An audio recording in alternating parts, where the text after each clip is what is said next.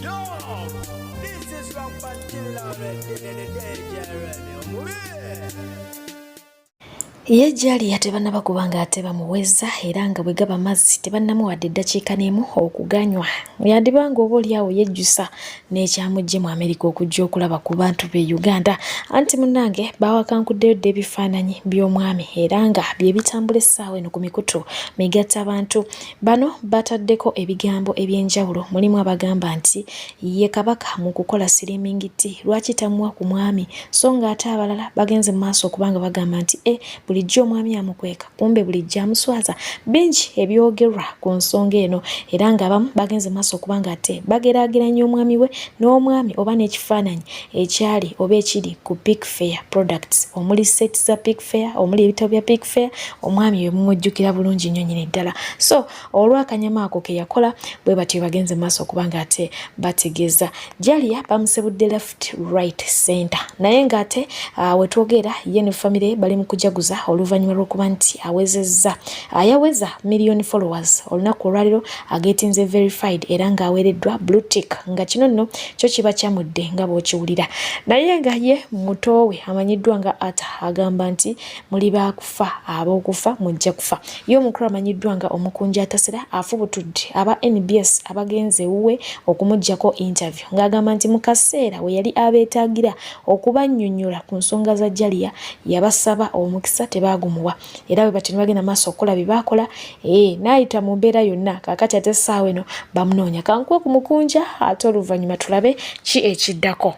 NBS sigenda bawa interview situunda interview nti muganye kumpa sente ze nina gitunda sigenda bawa interview dembe lyange oba mpaze nga kimenya amateeko gano wa TV interview okitegedde newe mba namaze kwogera ku Jalia Waloda era essaawa eno ono basobola oba bamutumye nga mukozi kuba mukozi wa NBS sanyuka mumanyi nze abakozi bayo sibalinaako ttabu naye mulimu oba abantu nga babiri basatu nga ye wamala ya sente z'omulala oleeta otya omuntu n'ayogera ku mwana w'abandi agagamba ago gonna ate n'ogaana okyaza omwana w'abanno ensi envumidde emyaka 3 ndi mufere ndi mubbi Jalia naye n'ayongerezaako n'ayagaagala kuba amativi amanene gamukyaza amativi amanene gagenda kutulugunya abaana b'abendi tutunule butunuzi ffenna tulya ku TV gwe yagala gamba banzalira mu TV mulimu eddwaliro erizaalisa kati twawukane nayo wenfata enziika nange sijja kuziika atanjagala misana n'ekiro bireke plastic simairo ziweddewo nze ekiro nabadde byenadde njogera byabadde bya ddala nagambye newe kuba kulama ebyange kambigabe Jalia yanzitangijewo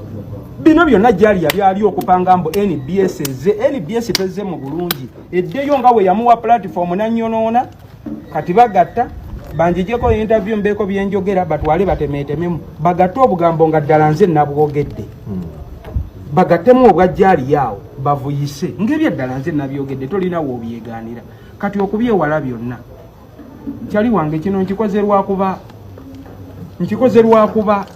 lwakuba tondaganga kombwa singa musindisi oli omukozi waabwe omulala waliwo omukozi waabwe gwe sinayagala kwatuukiriza n'abanga yazze gwe tanulira abadde agenda kutegeera nti abaana b'abantu banyiiga naffe tunyiiga lwakuba tusigala tuseka so n'olw'ensonga eyo saagala kwogera bigambo bingi ono kyali wange yadde okolera TV Kim Kalisa simulinaako tabu ne TV yamwe sigirinaako buzibu wabula nga kye yankola n'entuusa mu bulumi obwo oba management teyakimanyaako leero ekitegeere nti enkola yaayo gyekolamu emirimu ne bwoba mulamuzi tosobola omuntu ne bajja naga gundi yakoze bwati n'omusindika ku kalabba nga tonoonyereza ne bawa Jalia obudde bungi nnyo n'atuula n'anvuluga nga waayagala nze yadde okunkyazaako yadde okunnoonya ewaka kati lwaki bannoonya leero after 3 years ngeze ensonga zaaliwo baagaana completely nga we mwagaana Sanyuka TV Kopolo saagala musajja afune buzibu bagambe nti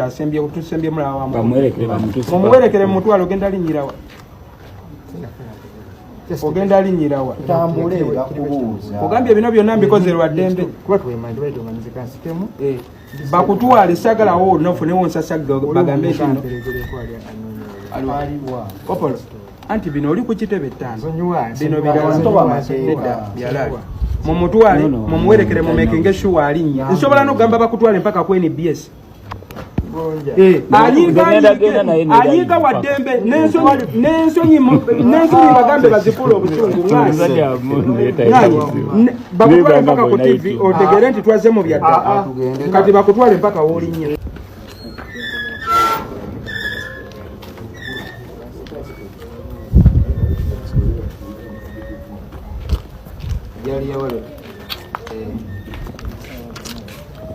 Omukulu Bruno K yes twamulabyeko mu interview nga nnyonnyola biki byennyini ebyaliwo wabula ng'atono gye bukedde olunaku lwaliro akedde okuwandiika essaala empanvu n'enzibu era ng'eneetabudde abagoberezi be abamuganye nti bannange ofaaki essaala yonna ani gw'ogiwandiikidde anaagisoma.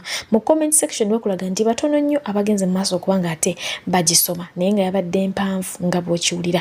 Weewaawo teyakomyawo yagenze ku mukutu ogwa TikTok gye yabadde live era ngono yayogereddeyo bingi yasabidde mukyala we abaki bakasitoma omukyala amanyiddwa nga Vanessa Mama Seth n'abategeeza nti omudala gwa chapati gwagwa mugende kakati ku dduuka lya Pioneer Mall mumuwagire ate yatabukidde abo abamusaba ennamba ye.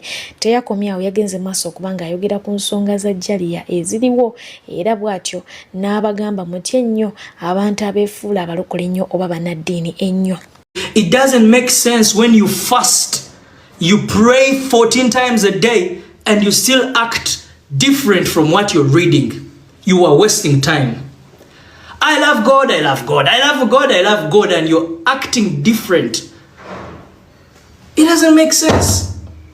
You get it, guys? It doesn't make sense. Mwabantu abeisanga bateguya abantu. Gwe baganda bone bagamba kwa oba nyigira ampachi mikwano gyo abakubeereddewo bakwano bone bakugambako oba nyigira ampachi dadi wona akugambako bamaama wo anti wo sengawo oba nyigira ampachi. Are you going to bury yourself? Oneziika mu abantu abawuza navadda ku bantu oneziika abamukumwe your parents bw'ofa nova mu nsi ogenda lekerani abaana bo gwawoza navadda ku bantu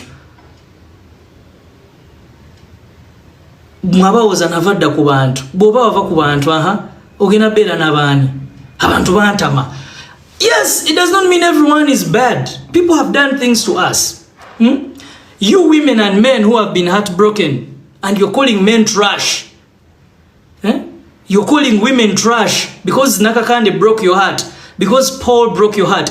Doesn't mean that all men are like Nakakawa. I mean, doesn't mean that all women are like Nakakawa. It doesn't mean that like all men are like Paul who broke your heart. Do not stereotype people. Don't stereotype people. Don't. People are different. You get? People are different. Sirina namba ya Vanessa genda kuduka omuwagire. Lwaki osabe namba oyagala kumugamba kyoli mulogo.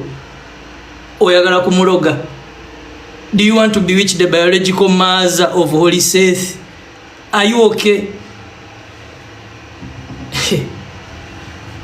Muzanya n'okuzanya. Togendayo n'ozunga musimanya bampe chapati. Teri chapati ku dduuka eryo. Omudaala mwagusuula mwe bakasitoma. Mwagusuula. Nja kuleeta lisiti y'abakasitoma abalya ku mudaala ne bagusuula. Njirina. Maaza yajimpa. Twali tulina plan ekole emidaala nga 30. Naye kati twasalawo tudde mu byamaduuka. Era w'omusanga ku Pioneer Mall PF53 Vanessa waali. Era ne kugenda ne ku page zo mu following ayina ebintu byatunda. Ani kiguwaabwe. The Father of Holy Seth ne munjagala bwe muti. Mwayo alikunjagala. Singa nabadde nsobola. Mwena nandi bawadde flying kisses and hugs. Thank you guys. Thank you so much for loving me. Thank you very, very, very much. Mwebalire ddala. Okunjagala. Munjagadde. Ababuuza video egenda fuluma mu nnaku 2. Ekigenda okunteesa video eyo njagala kugita ogwo nagwo omusango ngugyewo nti saalya ssente. Kigenda okunteesa video eno. wabula kino kibe kyakuyiga eri mwenna abantu abalina emikwano abalina abantu mu bulamu bwammwe. Communication is very important. Muwulirizenga abantu. Katonda ne bwakusitula atya ne Kabaata bwe nzija okuyimba ewuwo olina okumbriefinga nti nina ssenga wange gwe siyagala oteeke muki mu video oba bwe mba nina we nnyimbira gamba sengaawo atayagala kuba mu video ave okumpi we ngendo yimbira kubanga nze nina tiimu yange egenda kwagala okufilminga ebintu ebyo okitegera Kabaata. So this is what happened.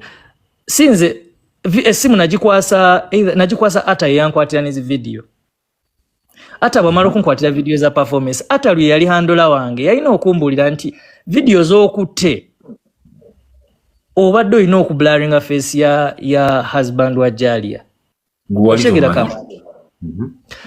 Kati bwe ngenda sinza editinga video zange za performance Kabaata nazikwasa omuntu azi editinga. Bwamala editinga obulungi video ngewedde nga ngitunulamu nga ndaba nnungi, I posted it.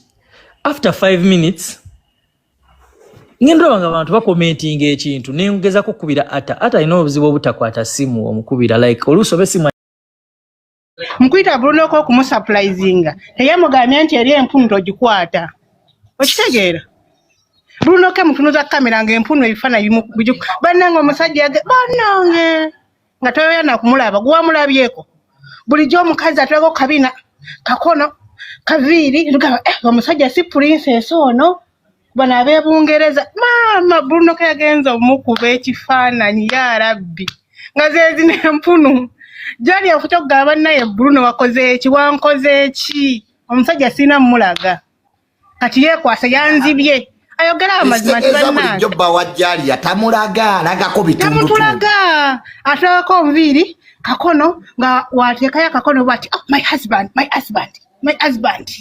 konze bannange which husband is that laba Bruno ke akitukoledde yagenza omutunuzanga mpunu akitege alina ogubuto atunda bizigo osimanga atunda bino ebigundi ebisiriminga Jalia byatunda naye baawe yagenza omujjayo ya rabbi matakuva mama nagambye kino kiki kuba obadde ndi kusimu ngamba leero tulina omulaba yagenza omujjayo bati nga mpunu nga kituufu talina mulagana mu kamera nga omukazi mutuufu okubanga bujatalako mukono okitegeera Bruno ke bamugamba amazima nti ekimuvumya gamba amazima kuba ssente okitegeera ekivumya Bruno ke kukwata video nga mulimu bawa Jalia Walda bujo gwatukweka okitegeera bulijja akwesa empunu egenzo ovaayo eti ngezo gama mbizi ya musiko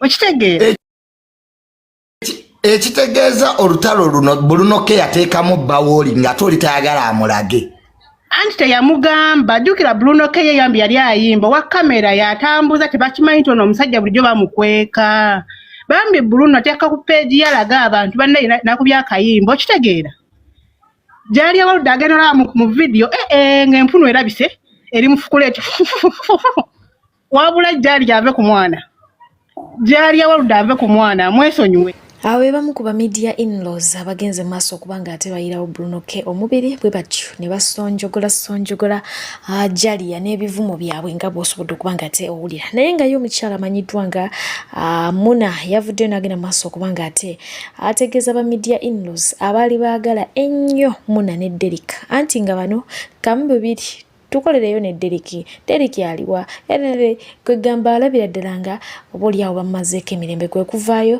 n'agamba nti ye kaababuulira ekituufu kye mbadde mutamanyi gwe ngenda okuba nga ate mbasiibuza abalungi abagalwa mu byonna nyongera okubebaza nti mwebale kubeera balabi balungi. I don't take that for granted. Ekyo nje kibagamba buli kaseera mwebale nnyo mwebalire ddala nsaba busabe mu ng'oyo atakuumira mbeera sigale nga bankuumidde lubeerera mbeere bulungi mweraba. Hello guys, Mlimtia. Hope you're all good. Okay.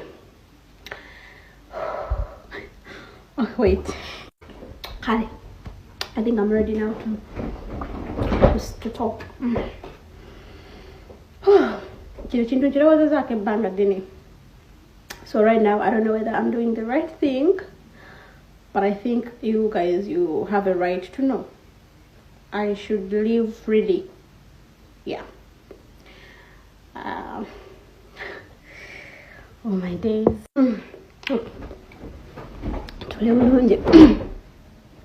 I think you guys, you have a right to know. I think you deserve to know, because mwatwagala nnyo, mwatubiyita, mwatusuuta, support gye mwatuwa, gye mwatulaga. It's one of the reasons actually I'm living a life that I'm having such a life that I'm living right now. So I think you have a right to know, hopefully. Yeah. The duo of me and Mr., as he used to call it, duo. Yeah. In most of his interview, duo, of which it's okay with me. I don't mind. Techaliwo. I'm sorry to say this. I know most of you mwalumwa mwawulira ebiri mu nkuubo nti nze naye tetukyali duo yawe yakyogeranga mwalumwa, cause abasinga mwatulabanga ne mutubelievingiramu nti omukwano gwe namadala gu existing, abasinga mwakibelievinga nnyo, of which byaliwo naye byaggwa kati. It wasn't my decision, yali decision ye okukivaamu yakera bukezi ku machachwe kuba nanoba mba nkyogera. But anyway, abasajja babeera n'endowooza zaabwe, abane bye baagala. Maybe I had my fault, then nali semanyiimu, but whatever, things happen. Yeah. Abasinga mwalumwa yayita mu nkuubo, amawulire abamu ge mwafuneeyo oba bituufu abasi bituufu, abasinga mwalumwa nga temusaba kibe kituufu. Naye njagala omubagamba temukoma mu kukkiririza mu mukwano, like any couple nebezze ku TikTok omujiwelo coming kuba buli muntu aba ne time ye kwegwako ngegwako, yeah, just kyembasaba time bwe naba etuuse nga nfunye omuntu omutuufu ne mubalaganga, like maybe tugeze omuntu oyo nga ayagala social media, in case ne mubalaga mumuwelo coming mu bulungi, awatali kujajinga ne kenyini wanaba balaza omuntu gwayagala temumujajinga mumuwelo coming. Just continue the love, supporting, and yeah, tukulemeza omukwano so si buchayi.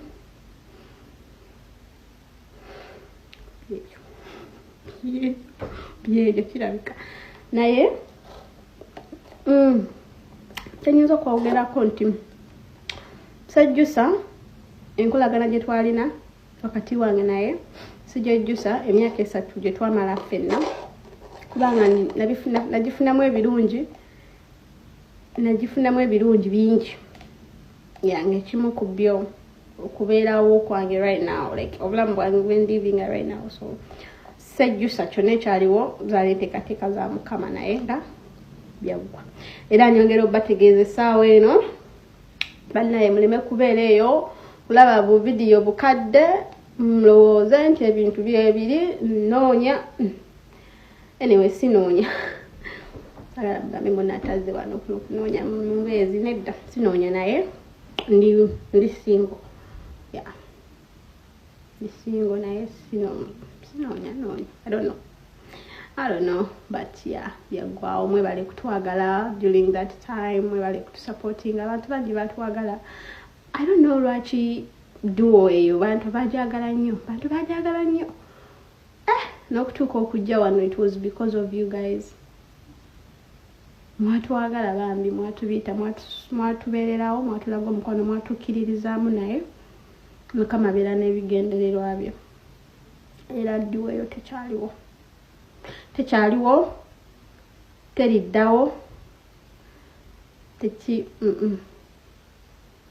ebyaliwo byaliwo, obulamu twabuyitamu naye I don't think eyo duo neriddawo, teriddawo, yaggwa. I think you guys you deserve to know kubanga bambi mwatwagala nege kitegeeza nti ate mulekerawo kukkiriza mu mukwano mufuna ababezi naye making sure nti obeera n'omuntu akuvaluinga obeera n'omuntu akulaba mu future obeera n'omuntu akukkiririzaamu obeera n'omuntu nga bw'aba ayogera ebigendererwa bye weewulira nti muli mu bulamu bw'omu maaso bw'aba abunyumyako weewulira erinnya lyo nti alikoonako obeera n'omuntu nga akwegomba all the time obeera n'omuntu nga musanyufu okuba nti ali naawe kyenyinza obagamba piano oh my days piano omutima gukola ki mungu okuba bibegamba naye nga ya you guys you had a right to know what happened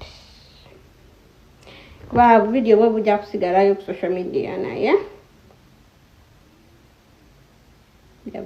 byaliwo naye byaggwa mwebale kutwagala